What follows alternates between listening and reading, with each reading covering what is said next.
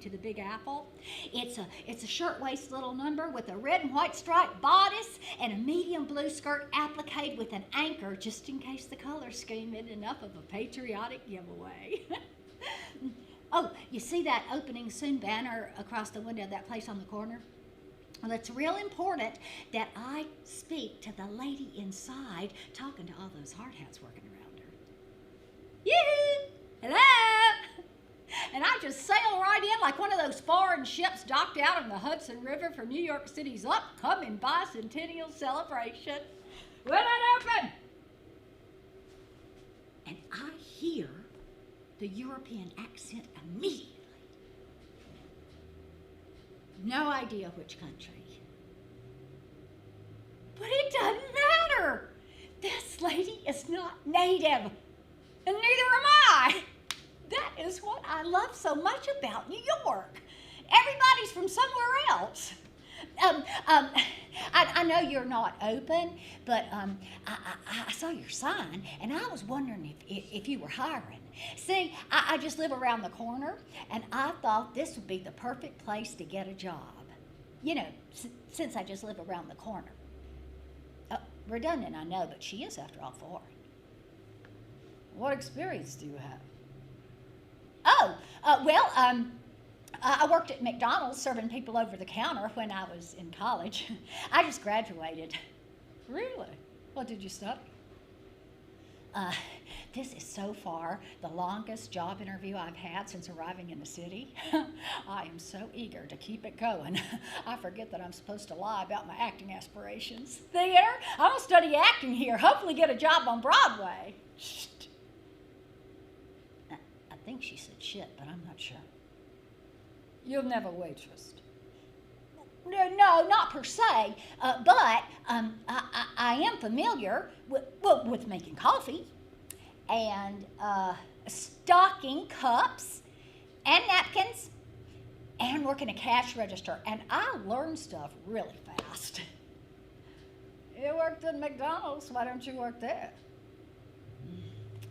The interview has taken a sudden turn, and not in a good direction.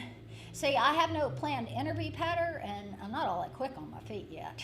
So I just tell the truth. They said I'm overqualified. Overqualified? I have a college degree, so they said I'm overqualified to work there.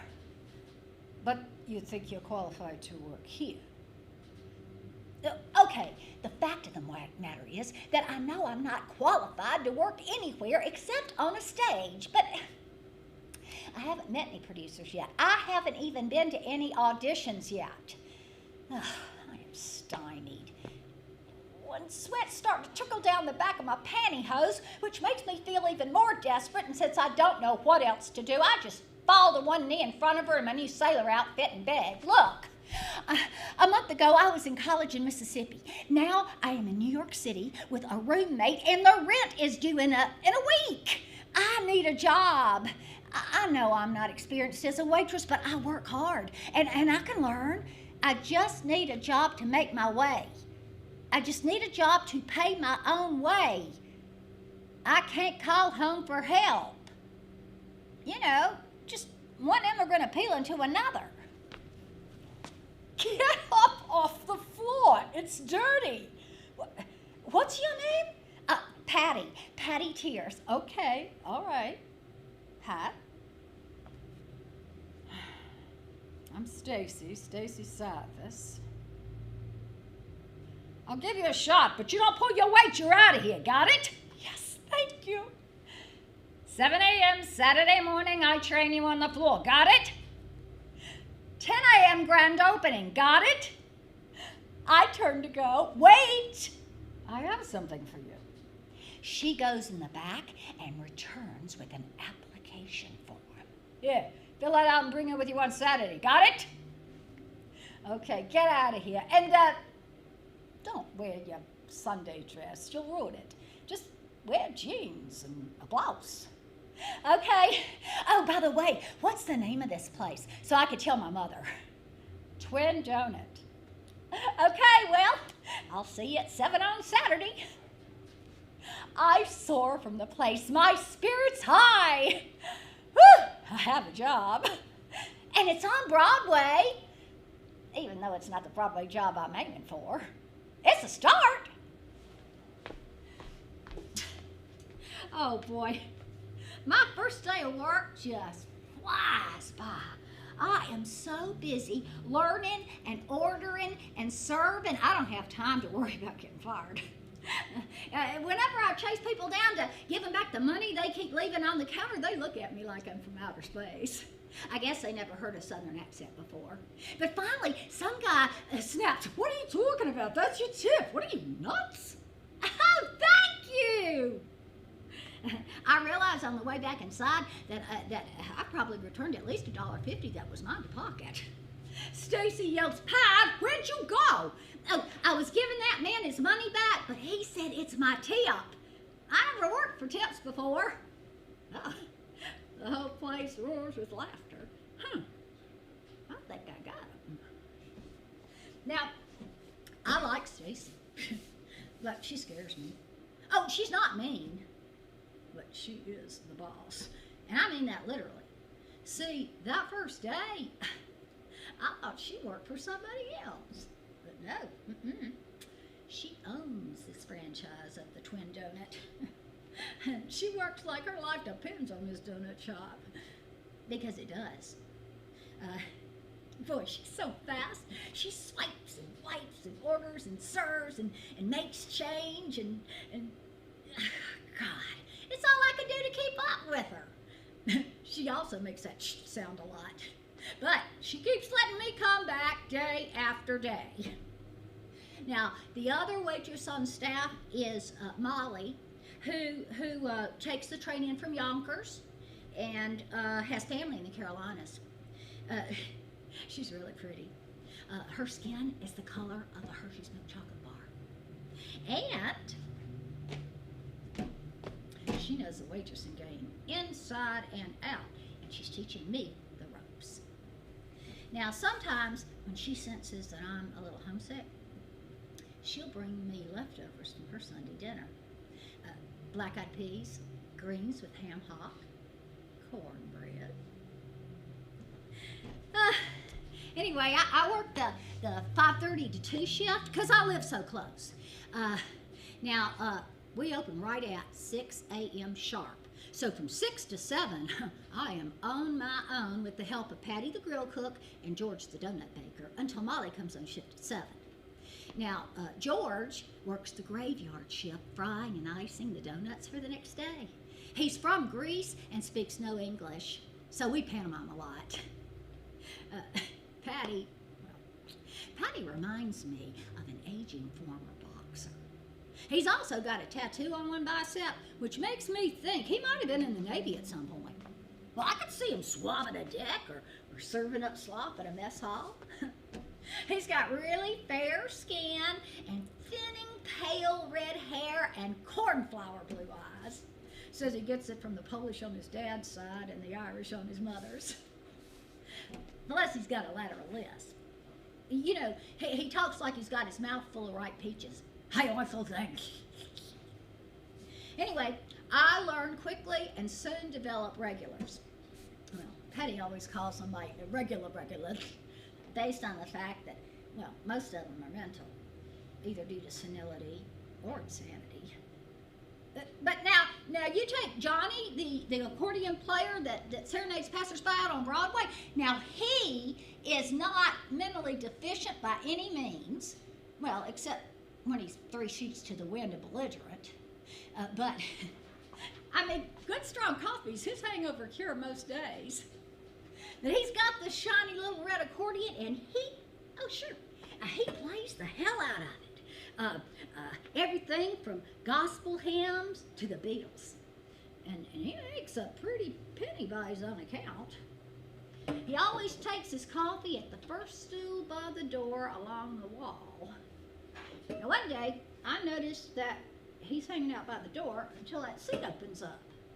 Well, when he finally does sit down, I ask him how come he didn't just take the next seat over. He peers up at me with bloodshot aquamarine eyes. Oh, he's got a wall at my back. Why? Why not? And one day we're talking about working for a living, and Johnny tells me that he's retired. From what? I was a hobo for 30 years. A hobo? How could a hobo be retired? I didn't even think hobos worked. Hobos work their butts off. You think it's easy to catch a ride on the rails to get from place to place? Hobos work hard. Not many people can do it, but I did it for over 30 years, and I've seen every inch of this country from coast to coast and border to border. Well, when did you retire? 5 years ago. And then I asked him how old he is. What's it to you? Nothing. I'm just curious is all. And he takes a long drag off his lucky strike and takes his good sweet time coughing up the information, too. I'm 57. 57? He looks at least 70 to me. His face is all weathered and his short cropped hair's white as snow. Well, how'd you become a hobo? He looks me up and down. Well, I had no aspirations as a young man to do anything other than see the country. So, I started out hitching rides. But people in cars can be dangerous. And besides, it takes too long. Whew, I ended up in Chicago one winter and couldn't get a ride out of town for love nor money.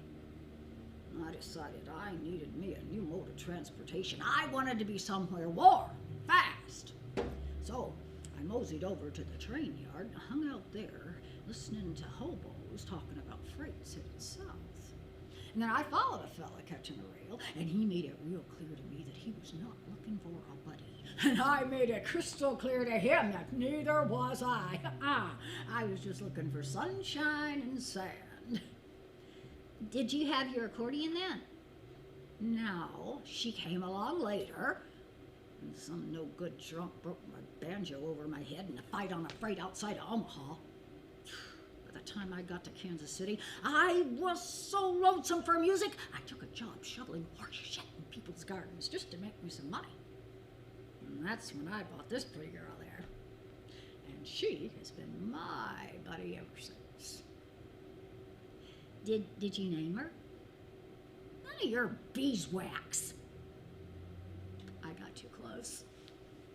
Another time I asked him, do you always live on the street? Of course not. Are you out of your mind? Well, where do you sleep?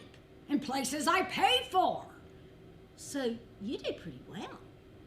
I got no complaints. And really, he didn't.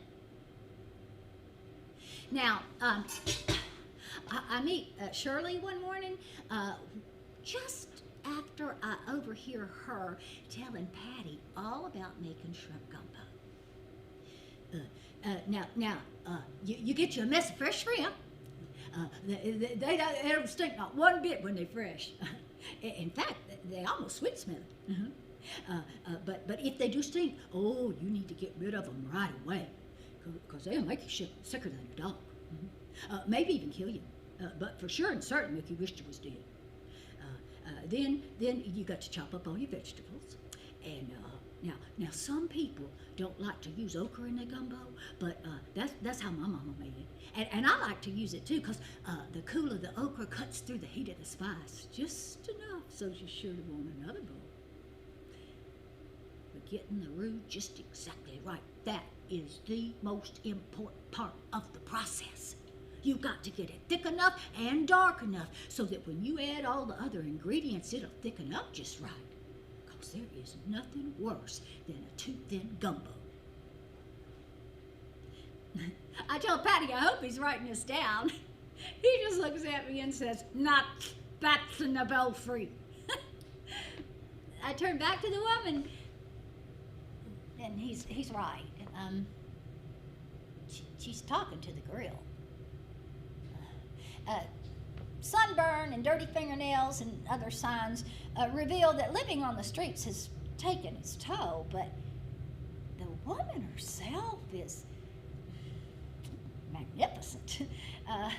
Her dark auburn hair is cut short, and she's big, maybe 6 feet, and heavy set, 250 pounds or so, and her face possesses the same innocence of a baby doll I once had as a child, except instead of the blank-eyed stare of my baby doll, her eyes gleam violet, a mixture of curiosity and madness. She's my kind of gal. Excuse me, that recipe sounds delicious. My mother makes her gumbo that way too. What's your name? Oh, I'm Shirley. I'm Shirley. This is real good coffee you got here. Yeah, it is. Would you like a refill? No, I paid. I paid. No. I know you did. It's just that we give free refills here. I just wondered if you wanted some more. No, I'm good with what I got right here. Thank you. I detect a Southern accent. See, Southerners can always hear each other. Shirley, where are you from? Well, I was born in Germany, and I lived there most of my life, and become a doctor. Oh, real famous like for back then. I knew everybody. I knew Hitler. I knew. Yeah.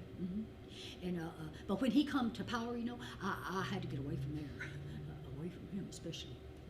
So I got a ship all the way to Argentina, where I got me a new face, and just in case if he caught up with me, he wouldn't know it was me, And then we all heard he died by his own hand, but no, he hadn't. No, not at all. And then he did come looking for me. He sure did, all the way to Argentina.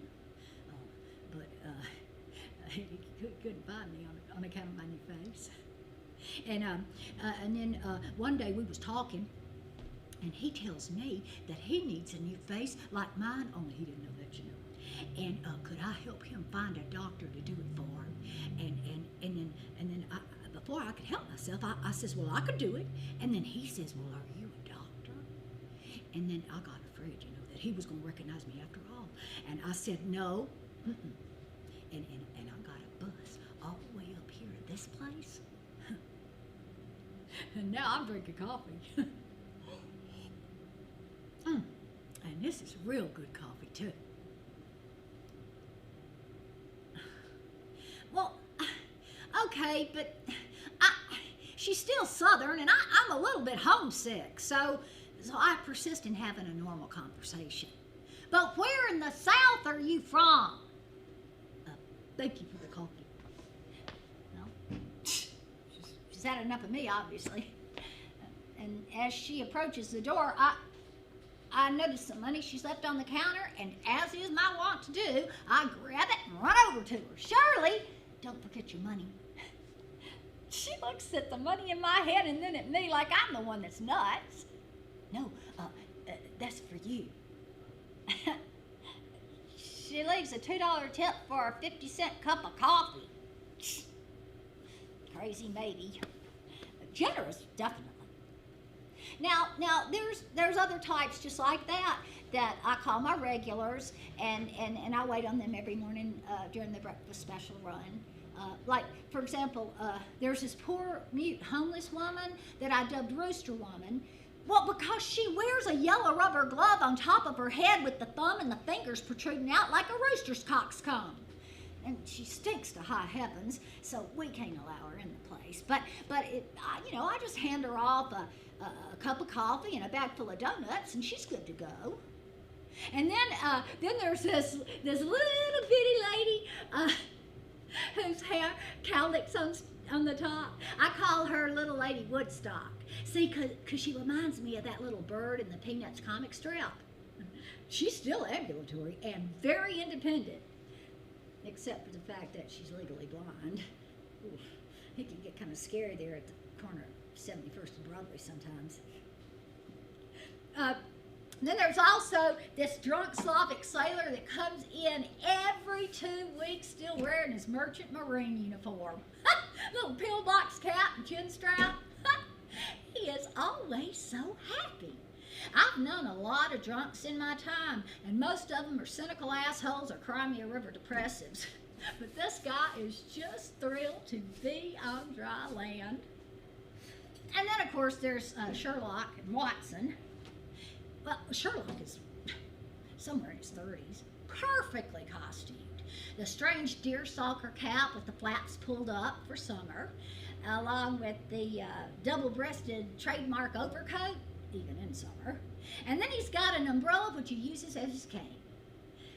And I'm sure that Watson is also just as appropriately outfitted, although I can't see him, because he's a figment of Sherlock's imagination. The first day they show up, I put a cup of coffee down in front of Sherlock, who complains, "Excuse me, aren't you missing one?" I don't get his meaning. "Good God, my associate Watson would like coffee as well." "Oh, sorry." And so then I just pour another cup of coffee, and I place it in front of the empty stool and play like I'm talking to Watson. "There you go. Enjoy."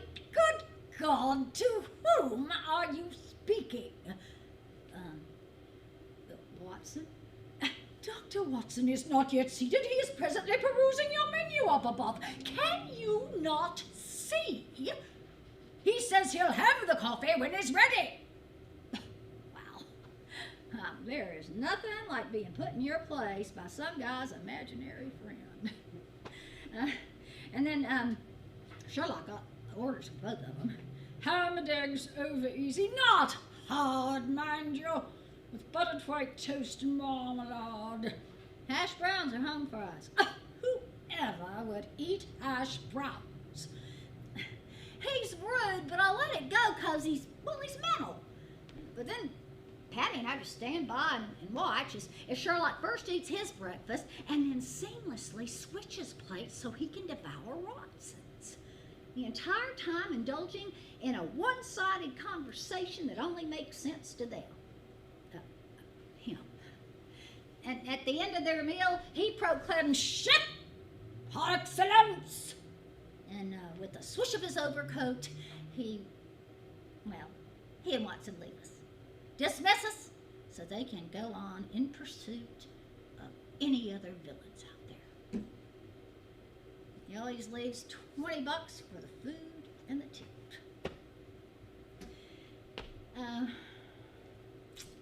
Then there's always the one guy that's sent by the fates to show me just exactly how far from perfect I am. He shows up as the retired wardrobe director of Merv Griffin's show. Oh, he's very normal indeed, and also very honest, and full of friendly advice, whether you asked for it or not. You know, people in movies and television are looking for perfect. Now, if I were you, I'd get those warts removed from your face. What warts? He points to my cheek. These are not warts, they're moles. Beauty marks, thank you very much. They look like warts to me. They will only hold you back. But Robert Redford's got these same 3 moles on his cheek. Yes, but he's Robert Redford. And you're not.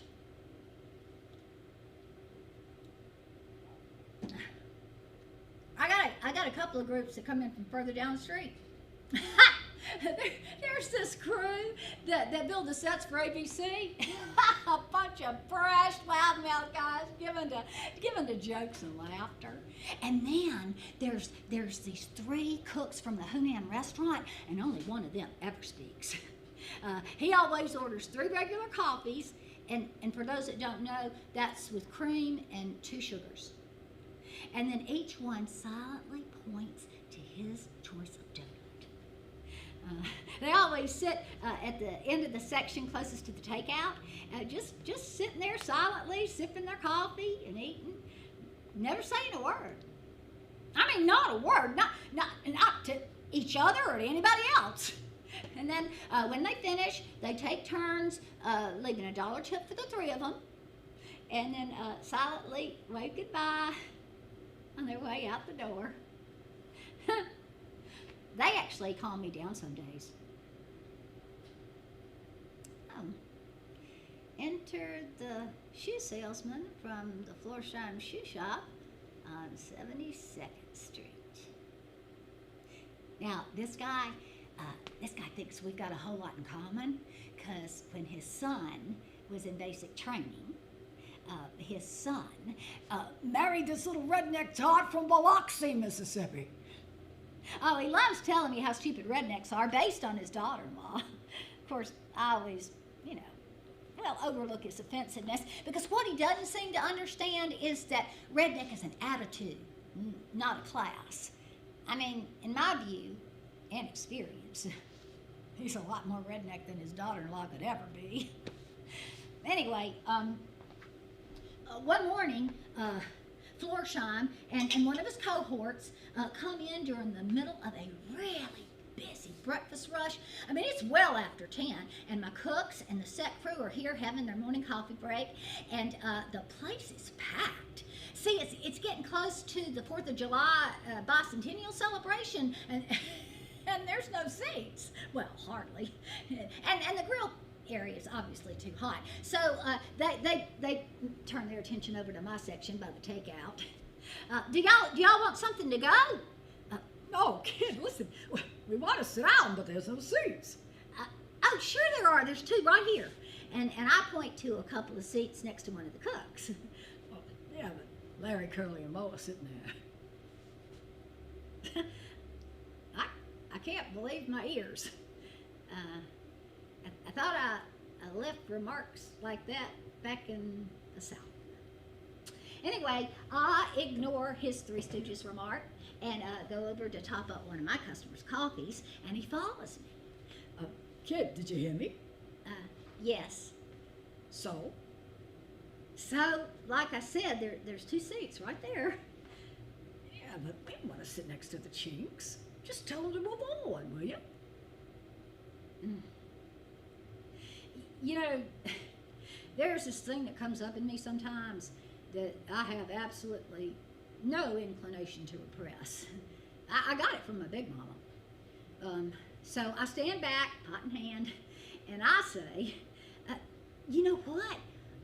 I don't see any chinks in here, except maybe for the ones in your character. And just so we're clear, there are no Stooges here either, except perhaps for you and your pal there. Hey, you can't talk to me like that. Actually, I can. You see that sign up there? And I point to the sign above the coffee maker next to the clock that states in big bright red capital letters, "We reserve the right to refuse service to anyone." I'm refusing to serve you, so you can take your racist name calling out of here and go get your coffee elsewhere. Oh, he gets mad, turns red, starts yelling, "I want to see the manager. You get me the manager right now, you little redneck bitch." And that's when the crew guys get up. Hey! Everybody just calm down. Stacy! Stacy comes out, looks up calmly at the man. You have a complaint? Yeah, your waitress there was rude to me and my friend here and refused to serve us. Huh? Is that right, Pat? I'm not. Well then, I guess you better leave. Because if Pat refused to serve you, there must be a good reason. See, she never refuses anyone. So go ahead, take a hike. But I'm a customer here. No, not my customer, you're not. My customers don't call my other customers and my employees names. Now get out! Oh, he is shocked, speechless, that anyone could talk to him, a white guy like this. And then Stacy says, "Go on, beat it before I call the cops." As they storm out the door, the whole place erupts in applause for Stacy's chutzpah. She just blows them off. Pat, get to work. and just like my buddies at Ben's Deli like to say, everything gets back to kosher. Ben and Saul are like a couple of Jewish dads to me. Oh, Ben is always so happy and joking. Well, Saul's a grouch. But these guys introduced me to celery tonic and pastrami. And Saul's always insisting that Southerners misuse mayonnaise. Anyway, whenever I pass by, Ben's always urging me inside. You want to knish some kugel bagel? I've tried everything that they serve in their deli. Well, except for tongue. Ooh, there is no way I'm ever eating that. Saul grouses, you don't know what you're missing. Tongue is the best part of the cow, so tender. But ick, I just cannot go there. And Ben howls with laughter over how much Saul can gross me out with that tongue business. My other buddy is Suhail Degali, who's from Beirut and works 2 weeks with only 1 day off, working at the local cigarette store / head shop so he can earn his next year's college tuition. Every day when I get off work, I get an egg salad sandwich to go and head over to the head shop and sit down with Suhail and eat it and talk. He's always complaining that I eat lunch too late, but well, what he doesn't know is that I've already had a lot of donuts during the day. I mean, I'm there, they're there, 2 + 2. But eventually, all the knishes and donuts and pastrami and egg salad catch up with me, and pretty soon my apron starts getting tight. I moved the button over just a half an inch, and then again. But finally, I have to ask Stacy for a new apron. What, you tear it? No, I outgrew it. Outgrew it? What outgrew? It won't fit anymore. Oh, you got fat? What, you eating the donuts? You are? Oh my God, you are? You're eating the donuts? And then she just does this head shaking thing, like she's trying to get rid of some marbles in there that are clattering around inside. How many? How many donuts a day are you eating, huh? I don't know, 3, maybe 5. 5? 5 donuts a day? Do you realize it takes 3 days to digest 1 cake donut and you eat 5? Holy mother of God, you're going to be digesting donuts when you're 50. And then she just does this blowing thing with her mouth like she's a human pressure cooker. This and slogs into her office and slams the door.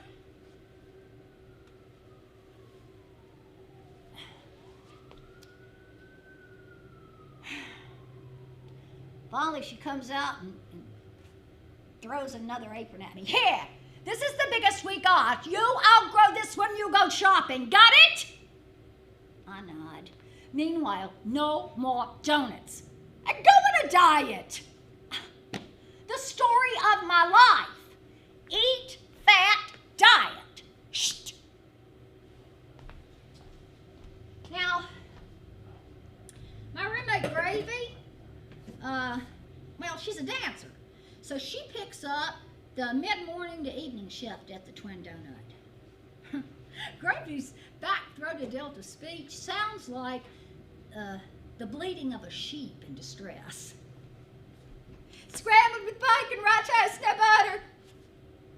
Eggs over easy, home fries, no toast. One morning as I'm, managing my irregulars, Gravy bleats my name repeatedly.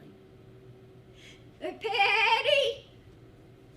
Patty! Patty Teeters! What? Gravy? God, can't you see how busy I am with Sherlock and Watson? They have been all over me since he walked in the door. Patty, Shirley's here. And sure enough, Shirley is here. she's wearing a white shorts and tunic outfit covered in oversized red polka dots. And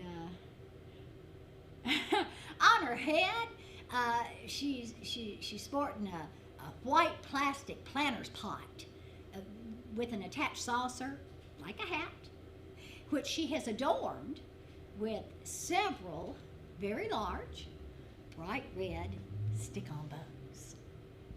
And in addition to the outfit, every inch of her legs, her arms, her hair, and her face is spray painted red. Wow, Shirley, wow, look at you. What's the occasion? You're all dressed up today. You going to a party? No, I was just feeling down as all. See, my heart was exploding inside me, and it made me sad like, you know. So I decided I ought to cheer myself up a little bit. So I just put on my reds. Oh, see, red's a gay color, happy light. So I just put on my reds to feel better, so. Oh, well, you look happy. You look really festive. But do you feel better? No, but my spirits are higher. Could I have a donut now? Gravy shoves me aside. Of course you can, Shirley. Would you like a strawberry donut to match your outfit? No, I would just take that color right there if you don't mind. And then when she tries to pay, Gravy refuses her. No, Shirley. This is on us today, and we sure hope you feel better soon. As she's leaving, I ask her, hey, where'd you get the paint? Oh, I got it next door, and Johnny painted me. I think he did a real good job. Yeah, he sure did. And then I go find him. He's hungover. What the hell were you thinking? You could have blinded her. I told her to keep her eyes shut while I sprayed. Now go get me some coffee and leave me alone. My head hurts. I also notice he's got some red paint on his face, and I wonder if he remembered to close his own damn eyes.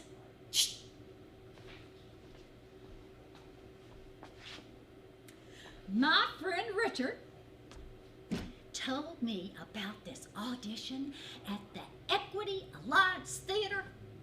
So I check it out in the trade paper backstage. It is right up my alley. The play takes place in the South, and there's a mother role that fits my description to a T.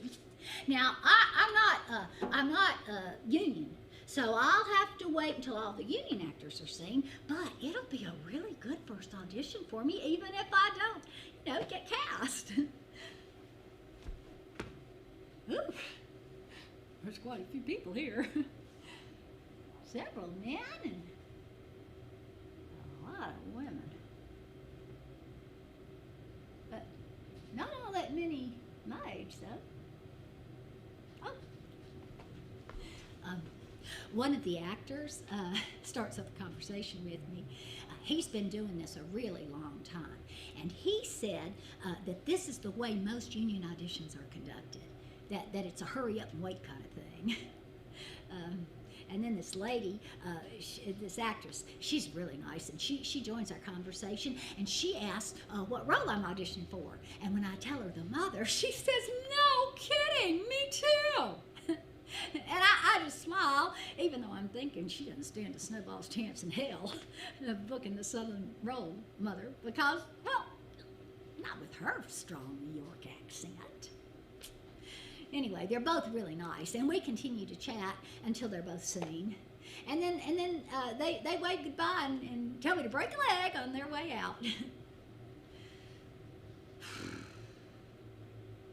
By 5 o'clock, there's only 2 of us left. A gray-haired matron with short curly hair and me. The equity monitor comes out. You guys are signed in, right? The other lady says, I am, but I don't think the showwoman is. The monitor looks at me. You're not signed in. No. Well, my friend told me I have to wait until all the union actors are seen. I'm not equity. Oh, okay. Then she looks back at the lady, and then she glances back to me. What part are you auditioning for? The mother. She looks confused, so I help her out. See, I'm a character actress. I play all the mother, Mrs. Malaprop, Yenta roles, which, by the way, were some of my most noted roles in college. Oh, I see. Okay, so I'm gonna take you in now, and then I will come back and let you know if the producers are willing to see you. Okay, I'll tell the lady to break a leg, and then sit back trying to squelch my now very real nervousness. My first audition's about to happen. Wow. Can you imagine my mother's shock when she hears that I booked my first New York job because I had the only authentic Southern accent at the audition? The lady comes out all smiling and waves goodbye, and then I stand up, all ready to be taken in. And when the equity monitor comes out, she says, could you just give me a second? I need to speak to the production team. Oh, sure, yeah. And then when she comes back out, she says, the casting directors have already seen enough people today to know who else they want to see again for the part, so they're not going to be seeing you today. Better luck next time. Oh. And then she just disappears behind the door again.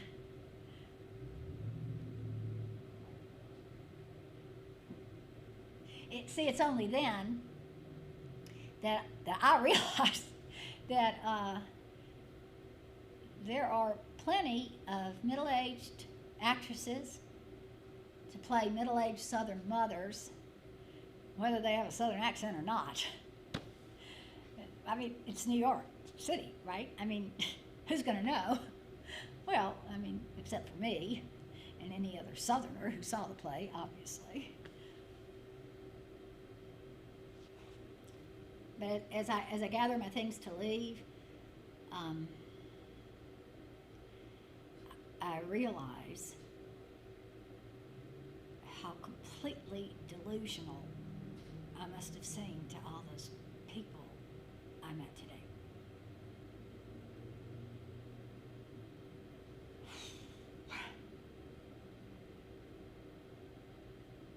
Some first audition.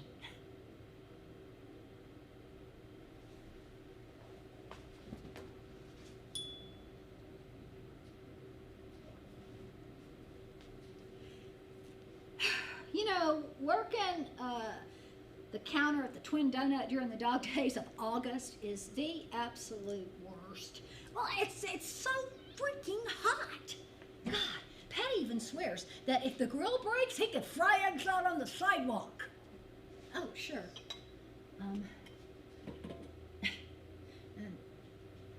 Our big cop, Officer Callahan, always comes in every morning before beginning his 7 a.m. shift. Patty's always got his breakfast special and coffee waiting for him when he walks in the door. He's a big guy, clearly over 6 feet. His knees kiss the bottom of the counter as he perches not comfortably on that small stool. He's not a talkative guy, but he's also not unfriendly. He's just there for the purpose of eating, and that's what he does. One morning, one morning I am busy as a bee. Molly's not on shift yet, and it's all I can do to keep up with the rush. Some guy with dirty clothes and long hair comes in, and halfway down the grill, he calls out his order for a light and sweet, like I'm a bartender or something. Just have a seat, I'll be right with you. I'm not sitting, just give it to me here. Ooh, nasty attitude. And I just hand off the takeouts to my customer, and then I say, takeouts over here. And then he says, I'm not walking over there, just give it to me here. And then I say, takeouts over here, or you sit down there. Either way, you wait your turn. And then he gets all pissed off, and he starts mouthing off. And so then I say, you know what? Sit down, get online, or get out. And can you please move over so other customers that would like to sit can? Thank you. He pulls out a clenched fist from his jacket pocket and starts waving it at me. Hey, I got acid here, and I'll throw it in your face, you stupid bitch. And you know what? I have had it with this guy. Okay, let's see it. Let's see what you got there. I have absolutely no fear. I am pissed off too. And that is when Officer Callahan gets up.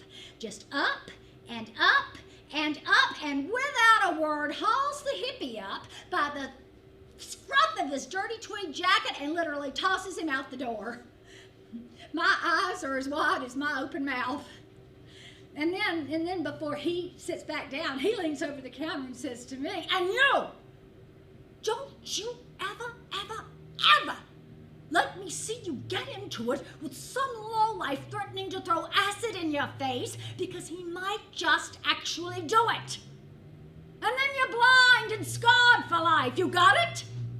Huh? You got it? I got it.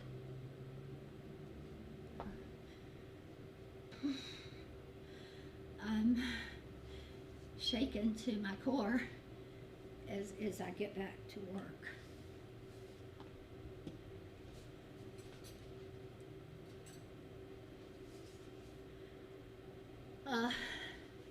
Shirley is over at the takeout to get her morning coffee.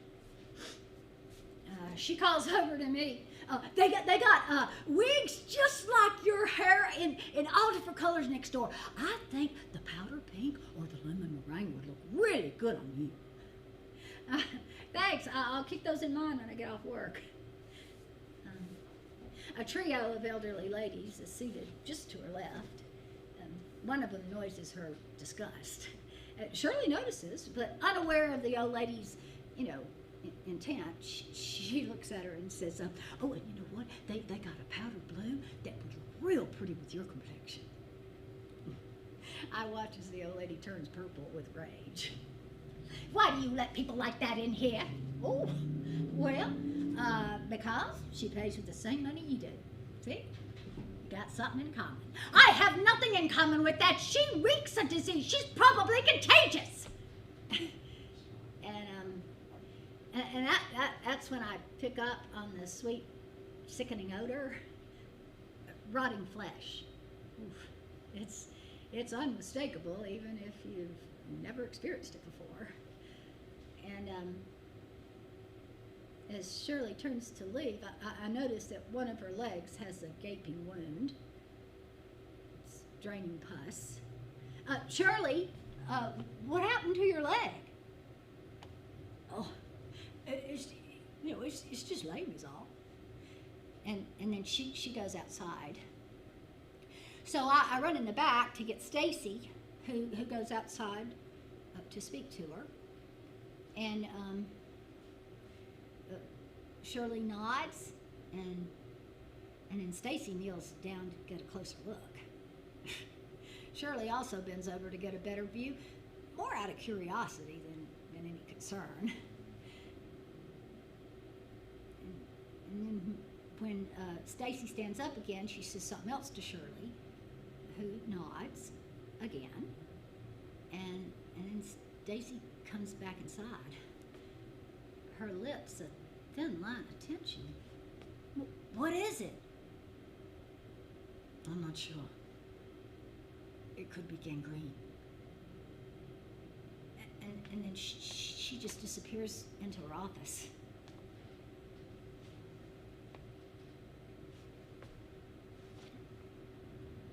Not 10 minutes later, squad car pulls up in front. Officer Callahan motions to the two cops inside the car, and they get out and make a decent-sized boundary on either side of Shirley. She senses she's trapped, and she drops her coffee on the street. She needs a way out, but there isn't one. She's been standing propped up against the wall of the building, and there's nowhere to go. She starts to moan. A sound like the low mooing of cows back home. And then Officer Callahan extends his hand to her like an offer. And then I hear Shirley say, "I ain't done nothing. I paid. You can ask the lady inside. She'll tell you I paid." And then and her eyes flick back and forth from one man to the next, on alert as to any sudden motion or strike. And suddenly she makes a break for it, but they close in, and she starts to keen and lash out with flailing fists, and Officer Callahan puts up both his hands in a display of surrender. He mutters something to the other two cops, who back up, and then I hear him say, "We're not going to hurt you. We just want to check your leg." And Shirley stops flailing, although she's clearly still terrified. "Your friend there called us to help you." And he nods over towards Stacy, who's huddled in the doorway. "That's why we're here. You did nothing wrong. We know that." And then Shirley trains her terrified eyes on Stacy, who says, "Shirley, they just want to help you get to a doctor to heal your leg. They mean you no harm." And then Callahan says, "You know me, huh? You'll see me around, right? Have I ever hurt you?" And Shirley turns away from Stacy to look back at the cop, staring at him hard, as if she's memorizing him. "You know me, huh?" "Yeah. Yes, I do. I do know you. Have I, you okay to me? Yeah. You get in the car with me?" And he reaches his hand out to her. She's weighing her options, and then he says, "You don't want to lose your leg. It's in bad shape. You don't want to lose it." And then she bends back down to look again at her oozing wound, and Callahan says, "Shirley? Cheryl!" And then she looks back at him, and then I notice that one of the cops has opened the back door of the squad car. Callahan motions to the other cop to move back, giving them both more room. And then Callahan proceeds to sit down in the back seat of the car, his hand still extended to Shirley. "Come on, get in the car with me, huh? Come on, Shirley, let us help you."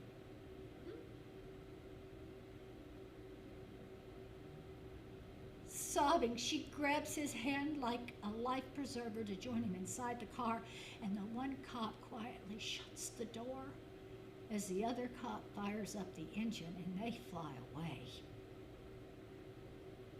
Siren's silent, so as not to frighten her any further. It's all just in a day's work for these guys to save a citizen's leg, if not her very life.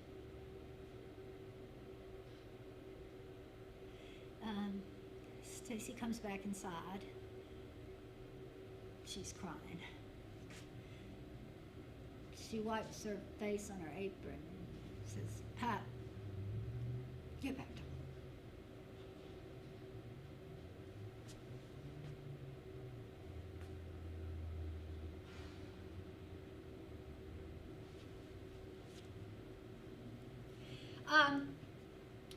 Late summer has given way to early autumn and school started. Stacy let me switch shifts with Grady so I can attend acting classes down in the village. The first day I go down there on the subway by myself, I cry the whole way. Oh, I don't tell anybody because I don't want anyone to know what a baby I am about it. But to tell the truth, that subway scares the crap out of me. Well, it's so loud. And it's too much like a roller coaster, which I hate. Besides, what if I get off at the wrong stop and end up in Brooklyn or somewhere? So, I just try not to think about it. My walks to work are getting chilly these mornings. I just bang on the door for George to let me in. And then I start getting ready for the breakfast rush as he fires up the grill. I'm just about to start pouring cold milk and cream into the stainless decanters on the back counter when I hear this tapping noise. See, the oldsters get up with the freaking birds. I mean, they see a light, they flock to it like a moth to a flame. No matter that we're not open yet. I mean, sometimes we have to have a standoff. They point to their watch, and I point up at our clock. No, it is not time, and I've got the key. It's annoying. No, just like this morning. Well, at least I'm annoyed. Well, I didn't sleep well again. Stacy says it's because of the change of seasons, but that didn't make any sense to me. It's cooler, so I should be sleeping better, is my way of thinking. But I'm not. I'm just restless all night long, and I don't know why. Well, except that I do know. Well, see, I'm afraid to sleep. Because I think my dream's slipping away. I mean, I so love being a part of New York City, but I don't feel like a New York City actor. At least not in my acting class. I get dismissive looks and smirks from the other students. One girl even rolled her eyes at me. Oh, is it my voice, my weight, my accent, my brown frowsy hair that never moves? I mean, there is just so much about me that is, unacceptable. Now, it's not the first time that I've felt outside the circle. And it's certainly not the first time I've been ostracized by people who were supposed to get me, even love me. But, well, it's still disappointing. So, what if I really don't belong here? And just like that fear of getting off at the wrong subway stop, I try not to think about it. So I start out getting ready for the coffee, and that tapping sound becomes insistent, and then it's followed by a soft pounding and some other muffled noise. So I look up at the clock and damn it, it is not even 5:45. And so I decide to give whoever it is hell. So I turn to do that, and I can't see because it's bright inside where I am and still dark outside. So I just march right over to the door yelling, hey, cut it out. We don't open for another 15 minutes. And then I see that it's Johnny on the other side of the door, and he's covered in blood? George! George and I get him inside, and then I place a cold, wet dish rag over the deep cut in his head, but he's not just bleeding. One of his eyes is practically hanging out of its socket. I've never seen anything like this except, maybe in a horror movie. Oh, and then I run in, I go call for the cops and an ambulance. And then on my way back to help George with Johnny, I hear him crying that they took her. And I know that he means his accordion. But all I can think of to do is yell at him. Just hush, Johnny, hush. Just calm down now. Just calm down there and hush. Even knowing I wouldn't be calm if I was in his situation. But I honestly don't know what else to do. That's how we comfort my family.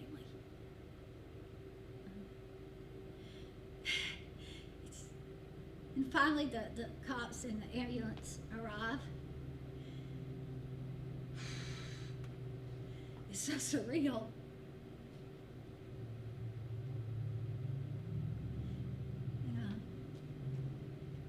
About 10 after 6, Johnny's been taken to Bellevue by ambulance, and George and I just stand there staring at each other in shocked silence.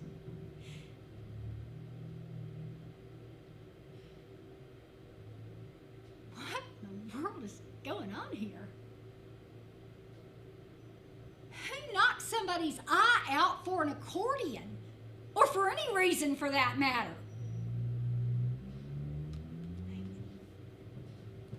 George pats me on the shoulder and gives me a little smile as he leaves. That's Greek for "Don't worry, Kukla, it will be okay."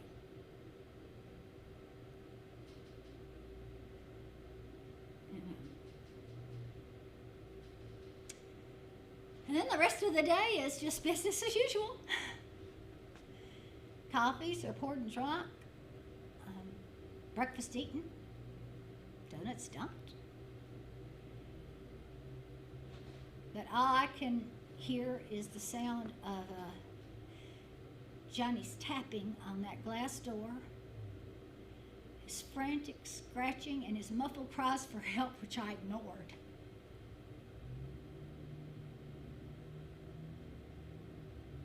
I'm so ashamed of myself.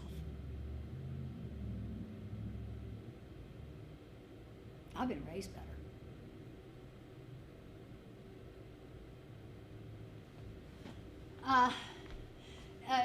Later in the afternoon, the cops dropped by to let us know that Johnny did, in fact, lose his eye. And you know what? I don't think he cares about his eye. He's more concerned about that accordion.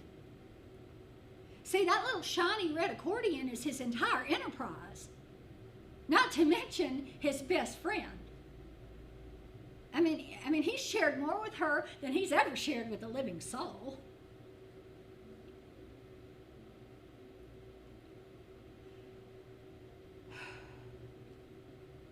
Johnny's in the hospital for over a week.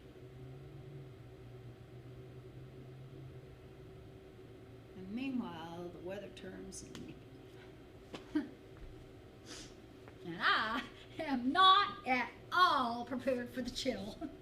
Every time that door by the takeout opens, a cold rush of air sweeps in, and you know what? Gone, gone, gone is that goody two-shoes little gidget girl I once was. I complain a lot. Stacy asks if I'm getting sick, and I just say, no, I'm cold. Because I cannot articulate that I am angry and sad and confused, for fear that doing so will be my own upending.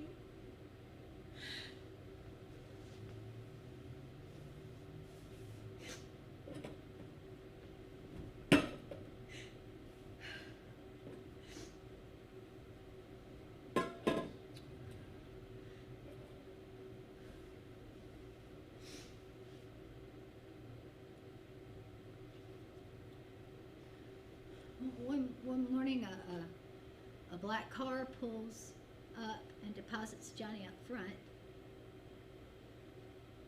gait's unsteady. His jacket is still filthy with dried blood. He wears a big black patch over his right eye.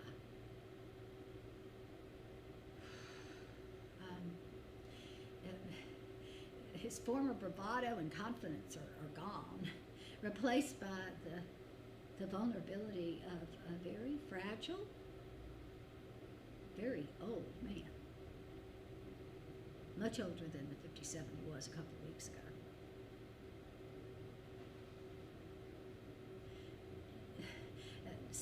Stacy urges him inside, and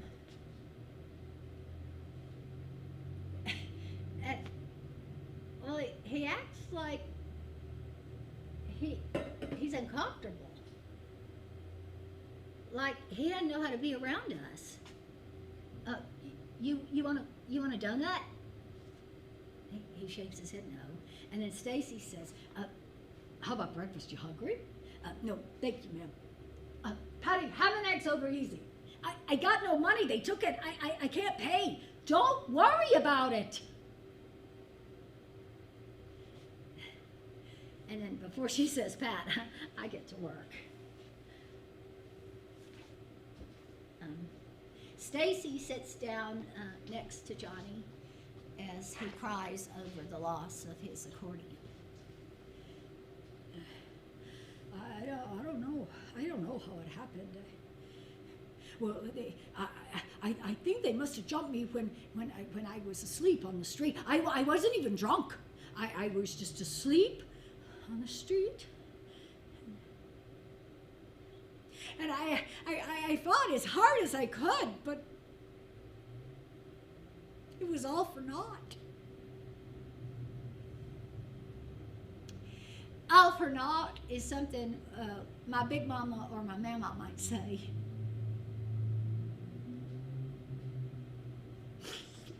I don't know what I'm going to do without her. I don't know what I'm going to do now. It is so awful to watch him sob like this with only one eye. He cannot even get the benefit of a good cry. And then Stacy gets up and she says, "Stay here, don't leave." And she goes in the back.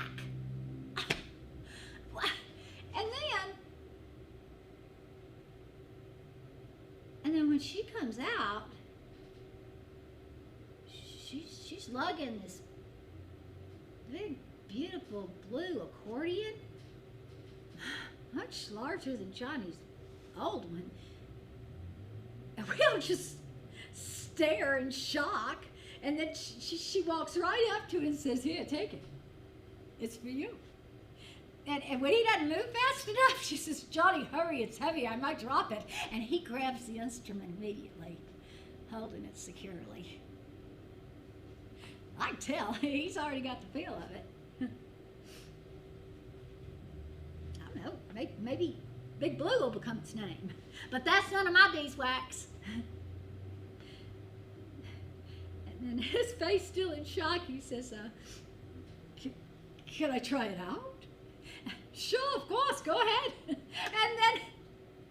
then he plays a scale, and it is so loud. It is like a polka come to life. And Stacy says, hold it. It's too loud in here. Take it outside to play." And I could tell he's eager to get it to the street. But, her tone changes. "You can play it outside here all day long. You're good for business. You're part of us. But every day at dusk, and I don't care what time, when it starts getting dark, you bring it back inside, and I lock it up. Got it?" "Yes, ma'am." "And you get drunk, I take it away from you until you sober up. You cannot protect yourself or this accordion if you are drunk. Got it?" He nods. Okay then. Get out of here. Johnny slips the accordion over his shoulder, and then he grabs Stacy's hand in both of his. Just, thank you, Mel. Thank you.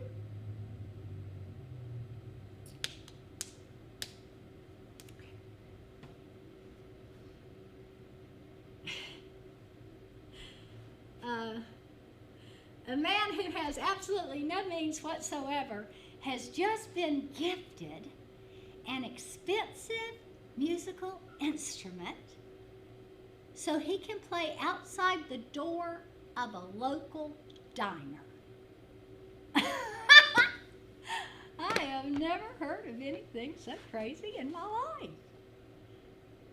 But if the Twin Dun has taught me anything, it's that crazy is relative. Johnny starts to play. And a crowd starts to gather. and as though the sound of his accordion summoned her, Shirley appears and drops a bill in his cap, stands over with the others to listen. He says something to her.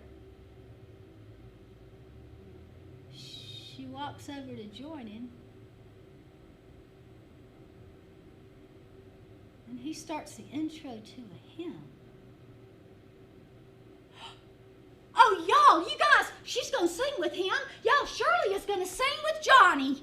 And then all of us, Stacy and Patty and Molly and Gravy and me and all our customers just gather around the doors and the window and so we can watch one of the greatest live performances I've ever seen in New York City.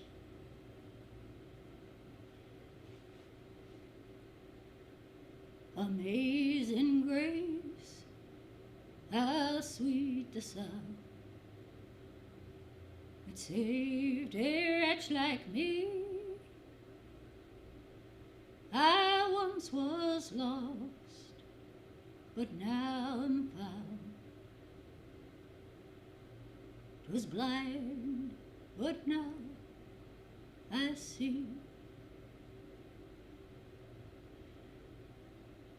'Twas grace that taught me how to feel,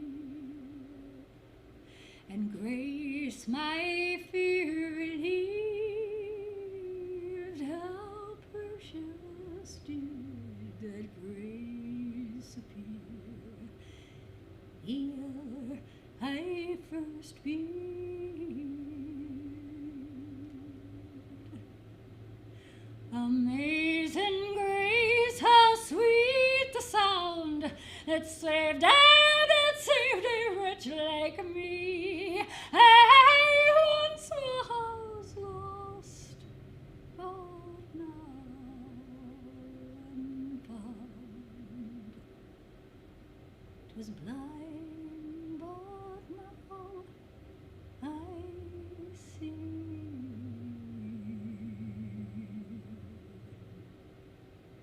Was blind, but now I see.